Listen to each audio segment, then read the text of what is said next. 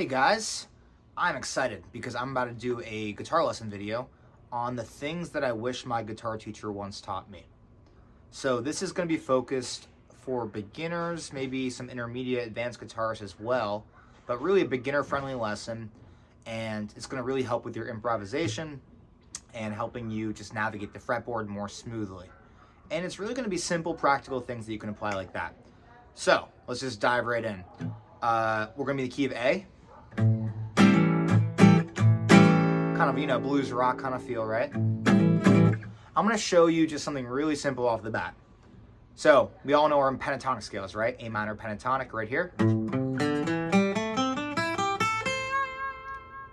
So typically when a new guitarist learns that scale for the first time, they just start navigating it sequentially,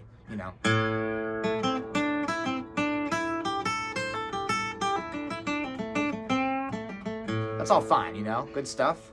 And then the next question you usually get is, well, how do I get new combinations? How do I increase the speed? How do I get more freedom with this? So here's a really, really simple trick. It's so basic, it's almost silly. You're just basically gonna hit a phrase and then repeat it with a hammer-on. And that repetition does something to the brain where it just kind of feels good, right? So let's start up here on the high E at this top part of this scale. So instead of going right down the scale, what if you went, see what I did there? 5, 8, 5, 8, 5 with a hammer-on. And then you just do it all up and down the scale on each string set.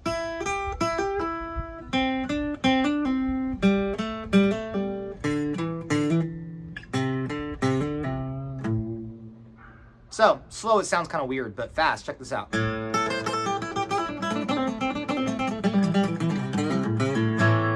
So that solves the problem of how do I get those fast licks. That's a really easy way to do it, right? Just basically take any combination and then repeat it with the hammer-on.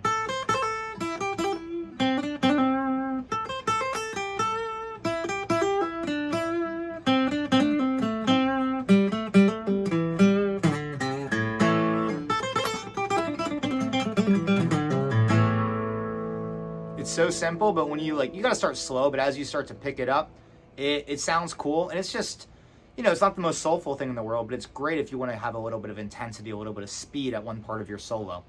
It's a really, really simple one. I use that all the time. Here's a second one that I also use a lot.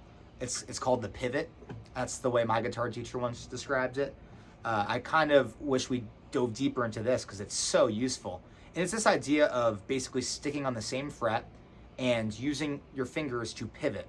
So I'm fretting with this part of my finger, a little, not the tip of my finger like I usually do, but a little lower, so it gives me room. See how I'm pivoting? You see why it's called a pivot now. I'm just kind of, I have a plant and I'm pivoting.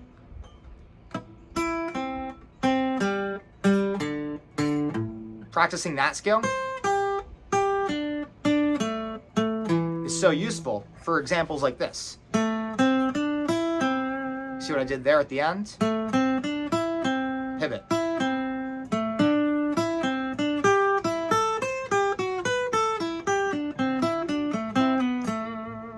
And that's so useful for stuff like this.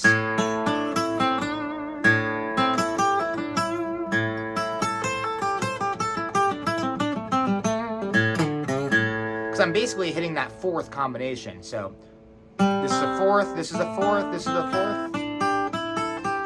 And that's very satisfying. It has a little bit of unresolution, if that's a word. Basically it doesn't fully resolve because it's not like a fifth. Or, I'm sorry, that'd be a fifth, but relative to the scale, it's a fourth. And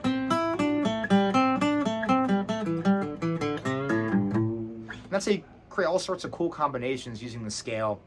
So if we combine those two concepts, the first one being this repetition with the hammer-on, and the second one being a pivot, you get all sorts of cool licks. I'll try to play a little bit of a riff or something only using those concepts.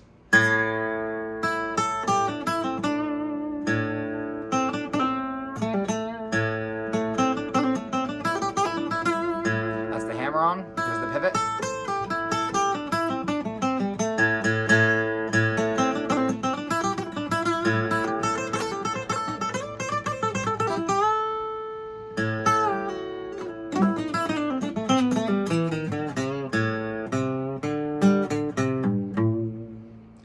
much only pivots and that hammer-on repetition thing. That's all I really did. And, it's pentatonics, but it sounds bluesy, it sounds intense, and you can really build from that. So imagine if you started a solo a little more melodic, and then you kind of dove into that as you built the solo. If you started it like...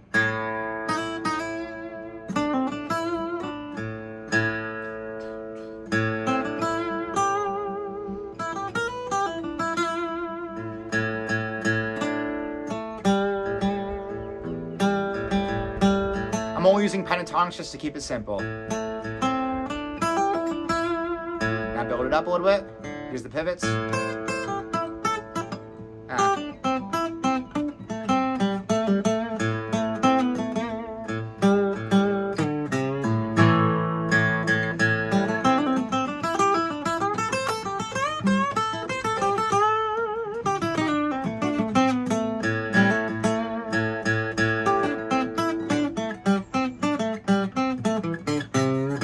Pivots, hammer-ons, pull-offs, it's basically all I was doing there.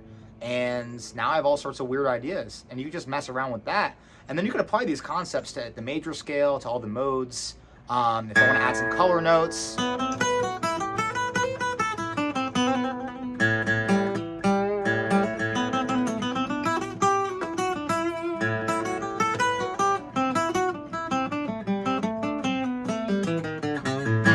Same thing, pivots, hammer-ons, but now I was just adding a ninth, I was adding a sixth there, and created some more color in my solo.